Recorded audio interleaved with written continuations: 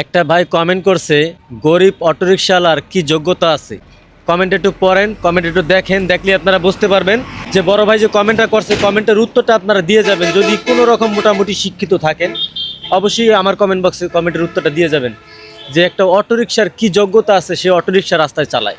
এই কমেন্টের উচ্চ জবাবটা আপনারা দিয়ে যাবেন যে একজন গরিবকে প্রশ্ন করে সে তার কি যোগ্যতা আছে, সে যে রাস্তায় অটোরিকশা চালায়। এটা কোনো প্রশ্ন হইল? হ্যাঁ, এলো বড় লোকের পাওচারা কুত্তা দালাল। আমি যে বারবার বলি না, হইলো সেই লোক। শোনেন, একটা কথা বলি, একটা গরিবের যে যোগ্যতা আছে সেটা একটা বড় লোকের নাই। একটা কথা মনে রাখবেন, বড় লোক টাকা পয়সা হতে পারে, বড় লোকের মন নাই। গরিবের কিন্তু মন আছে। এই গরিব ছাড়া বাংলাদেশ অচল। বড় লোক হইলে আপনি বৈশা বৈশা খাইতেন, কোনো কিছু চাষ করার চিন্তা করতেন না।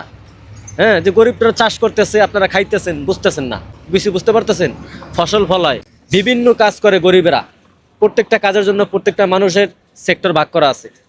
কোনো বড় লোক আইসা কোনো দিন সুইপারিগিরি করতে পারবে না, কোনো বড় লোক আইসা কোনো দিন হাল চাষ করতে পারবে না, কোনো বড় লোক আইসা কোনো দিন ধান চাষ করতে পারবে না, সবজি চাষ করতে পারবে না, সুইপারি করতে পারবে না, যেগুলা একটা গরিব পরিবার করে দেখায়।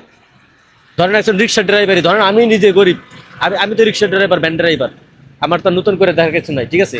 তাহলে বোঝেন আপনি যে প্রশ্ন করলেন, এই প্রশ্নটা কেমন প্রশ্ন করলেন যে একটা রিক্সা ড্রাইভারের কি যোগ্যতা আছে, তারা যে রাস্তায় গাড়ি চালায় কি যোগ্যতা আছে। আমার কমেন্ট বক্সটা চেক করেন, তাহলে আপনি বুঝতে পারবেন যে আপনারা মানুষ কি বলে গেছে। আপনারা মানুষ কি বলে গেছে কমেন্টে, আপনি কমেন্টগুলো চেক করেন ভাই। যদি আপনি আমার ভিডিওটা দেখে থাকেন, বেয়াদবি মাফ করবেন, ভিডিওটা সবাই শেয়ার করবেন।